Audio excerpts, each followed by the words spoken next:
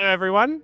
It's really wonderful to be with you here today, able to share this message from afar. Our topic today is going to be on community, specifically church community. And like any community, church is an interconnected web of relationships. Now, we know that you can't have a community from just an individual. If you just have one person, there's no community. Apart from relationships, you also don't have community either. You could have hundreds of individuals, but if they stay individual, you don't yet have a community. So we're going to look today at the kinds of relationships that help us start to form a community out of all these individuals in a church. And we're specifically going to focus on 4 types of relationship. We're going to talk about the relationships we have with each other within a church community. We're going to talk about the relationships that exist within a marriage. We're going to talk about the relationships that exist between different generations, from adults and children.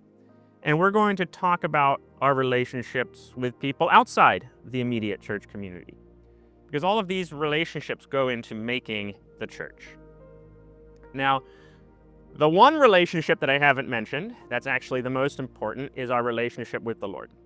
And I'm actually going to say something quickly about that, because all of our other relationships in the church are based on that relationship with the Lord. So this is what the teachings of the new church explain the connection in heaven.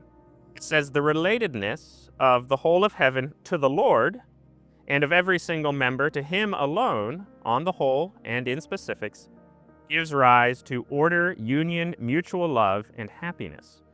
For in this case, individuals are looking to the welfare and happiness of all, and of all to that of individuals. So heaven works as a community because everyone looks to the Lord in all things, and as they're led by the Lord, through that relationship, they're looking out for the betterment of everyone else. So each individual is looking to see, how can I serve the Lord by serving other people?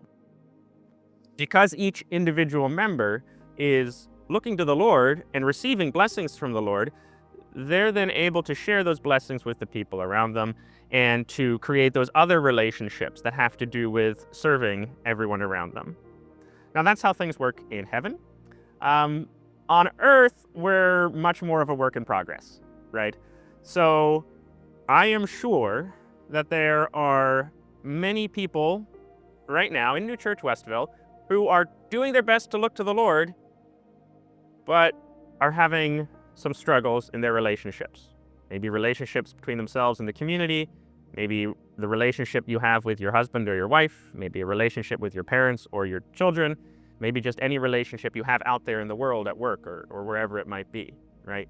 It's this beautiful picture of we're all serving each other, we're all loving each other, we're all building these relationships, and then we end up falling short. And that's why it's so important to think specifically about these relationships. So the first one I want to go to is just the relationships that exist within the church, between the individual members of the church. In these relationships, our goal is to reach out with warmth and sincerity, to be offering help and support and guidance to each other. Now, if we're not doing these things, if we're not just doing these basic things of building relationships as a church community, what happens is individuals start to get lost through the cracks. You end up with people who are technically members of the church, but they might feel lost or alone or isolated or unwanted. So creating relationships here in the church means more than just, putting on a smile and being kind. It really means reaching out to people actively. It means offering support. It means inquiring into their well-being. It means befriending people. It means doing things with people outside of just church events and church on Sunday, and starting to think, how can I deepen these relationships? How can I expand these relationships outside of just chatting to someone on Sunday? Because again, if we're all just individuals sitting in the church, we don't really have a community. Second type of relationship I want to think about is marriage. Marriage is a really special relationship between two people And as a church, what we try to do is we try to support those people who are married. We try to support those people who are going through a hard time in their marriage. We try to support people whose marriages have ended. We try to support people who are not yet married, who are single still. And if we don't do this work, the danger is that marriages can stagnate or fall apart.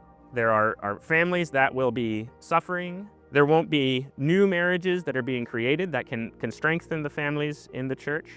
And there will just be confusion around how to navigate relationships. I mean, in this world we live in, relationships are really hard. And it's hard to be trying to figure out relationships on your own as you're just out there in the world dating and things like that. So supporting these relationships means more than just, having married people around. It's not just, oh, look around the church. There are a bunch of people who are married. We must support this relationship. It really means that all of us have to work on our own relationships, whether that's with someone you're married to or with some significant other. It also, though, means for all of us who are single, whether we've never been married or we've been in a marriage that has ended, are we working to honor what marriage can be, to support what marriage could be in our own lives or in the lives of other people? It could look like an older couple mentoring a younger couple. It could mean just friends supporting their married friends through hard times, right? Again, the relationships in the community don't exist just because a bunch of people are married. It exists when we intentionally support those relationships. The third type of relationship is with children across generations. As a church, we've decided that we really care about educating children. That's why we have Kind in School. That's why we have Godly Play on a Sunday. We really care about nurturing the children, helping them grow, leading them to make their own choices as they become adults. And we want to support parents as well as they're caring for their children. If we didn't do this, if we lose these relationships, our children will get lost in the shuffle. They're not going to have a meaningful relationship with the church. They're going to fall away. And we know that's not good for the church, but it's actually not good for people either. If children are sort of a second-class citizen in the church, or they're just an afterthought, they lose out on getting that spiritual foundation that could be supporting them for the rest of their lives. So again, just like with marriage, supporting relationships with children doesn't just mean having a bunch of children around. It means actively supporting them. It means caring for them as individuals, as people, as independent human beings who have just as much worth and value as any other member of this church. It means letting them know they're wanted and showing them that they're wanted. It means ushering them into adulthood, giving them responsibilities as they get older, helping them make those choices as the time is right. It also means helping parents. Parenting is sort of seen as, you have two parents usually, and, they do the parenting job, and that's kind of true, but the Lord has created communities to support parents, and we want to be doing that as a church. The last relationship I want to mention is the relationships that exist between people in the church or who take part in the church with people who are disconnected from the church, who aren't in the church. Our goal is to have open arms, right? We want to have a healthy relationship with the communities around us. And we want people in those communities to feel welcome to come in and join us, to become part of us, so that there is no distinction between us and them. Now, if we don't do this, if we just focus on our own relationships as they exist right now, we start to become arrogant. We can become judgmental. We become isolated. And what ends up happening is we restrict who can benefit from the church.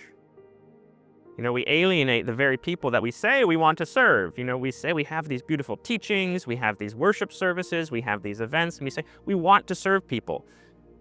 But if people aren't able to come join us, to become part of those things, they're not being served.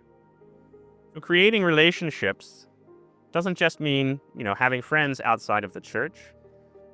It means actively reaching out as a church community and serving and inviting people into the church and encouraging them to participate, making them feeling welcome, supporting them in their personal spiritual journeys. It means really intentionally thinking, how could I benefit from what they bring? We so often think of what can we do as a church for other people, which is healthy and good. But we should also be thinking, what could those people be bringing to the church? The Lord's given them gifts that will actually benefit everyone if we're all working together as a community. Now, those descriptions of different kinds of relationships really only scratch the surface. We could go on and on and on about the different kinds of relationships and the different categories. But if each of us, as an individual, is working on growing in those relationships, we're asking the Lord for help to establish and to create stronger and better and more loving relationships, then we will grow as a church. Now, I want to add one last thing here on the end, which is that this isn't easy. This is a challenge. This is hard, and we can end up going the easy route of just doing what we've always done and loving the people who are already right in front of us and just maintaining those relationships that we already have. And the Lord pushes us to see beyond that, to go past the relationships as we have them now and see the relationships that we could have more broadly. This is what he says in the Gospel of Matthew. If you love those who love you, what reward have you? Do not even the tax collectors do the same? And if you greet your brothers only, what do you do more than others? We're actually just loving ourselves again. So, if we look back at all those other relationships, with each other, in marriage, with children, with the broader community, what would it look like to go above and beyond just loving them for our own sake? In the case of our own church community, it would mean being willing to be uncomfortable, to get to know people that you haven't known. And I'm sure there are people in this church community with whom you have been worshiping for years who you know very little about. I encourage you, get to know those other people in this community. It doesn't mean you have to be best friends with everyone, but make yourself uncomfortable so you're not just loving your friends. In the case of marriage, it might mean looking beyond just what does your marriage do for you and your partner, and thinking through what does our marriage do for the community? How does our marriage, as it grows, how does that actually make a difference for other people? So it's not just about us. Or alternatively, when you're thinking of ways to support people in their marriage, try to support people when they're going through a hard time. It's very easy to celebrate people in their relationship when they're having milestones and anniversaries and things are going well. It's a lot harder to step up and say, I can see you and your husband or you and your wife are struggling. Can I help? Can I support you? And we have to do this appropriately. We don't want to insert ourselves where we're not welcome, but we got to go to those places where it's uncomfortable sometimes. In the case of children, it would mean looking beyond just what do I want for my children or the children who are part of my family, even if it's just nieces and nephews, and thinking, how do we support all the children? Not just the ones who are obvious and make themselves heard and known. How do we support the ones who are a little quieter? How do we support the ones who are different? How do we support the ones who have come for the first time? How do we also remember we're a role model for all these children? And what do I have to do to make sure I'm being a good role model for the children? It's not just seeing all these kids here and saying, what a wonderful thing to have kids. It's, am I actually loving them outside of myself? In the case of the broader community, it would mean looking further afield than just the people you already know and thinking through, how can I actually make sure I'm welcoming people in? When someone shows up to church, do I not just greet them the first Sunday, but do I greet them the next Sunday, the next Sunday, the next Sunday, and try to develop a relationship? Do you get involved with outreach? Do you get involved with El Gabor? That's a great outreach program we've been doing. And there's some opportunities there that maybe, I haven't taken advantage of as much as I could have. And I think a lot of us where maybe we want to go beyond just making sandwiches by ourselves, but going to some of the times when they're being handed out. Can I get to actually know some of these people who are involved in this work? There are ways of reaching out outside of our comfort zone to make sure we're reaching people we want to reach. Now, again, the relationships we could talk about are infinite. The variety is endless. But I hope this sermon, this talk, can encourage you to just look a little bit more outside of yourself with whatever relationship you're thinking of. If you're thinking of the people already in the church, can you reach out to that person you don't know so well? If you're thinking of marriages, can you do a little more for the people you know or your own relationship to make sure you're really supporting marriage? When it comes to children, can you make sure that you actually are not just, giving the children some entertainment when they're running around everywhere, but you're actually taking seriously that you're a mentor for these kids. You're establishing something really good for them. And lastly, for the broader community, can we make sure that we're not just loving ourselves, we're actually looking out and trying to think, how can we actually benefit from what these people can bring into the church? Now, if we work on these relationships, we actually form a real, solid, living community. And we can do this if we look to the Lord together, and we worship the Lord together, and we live the Lord's teachings every day.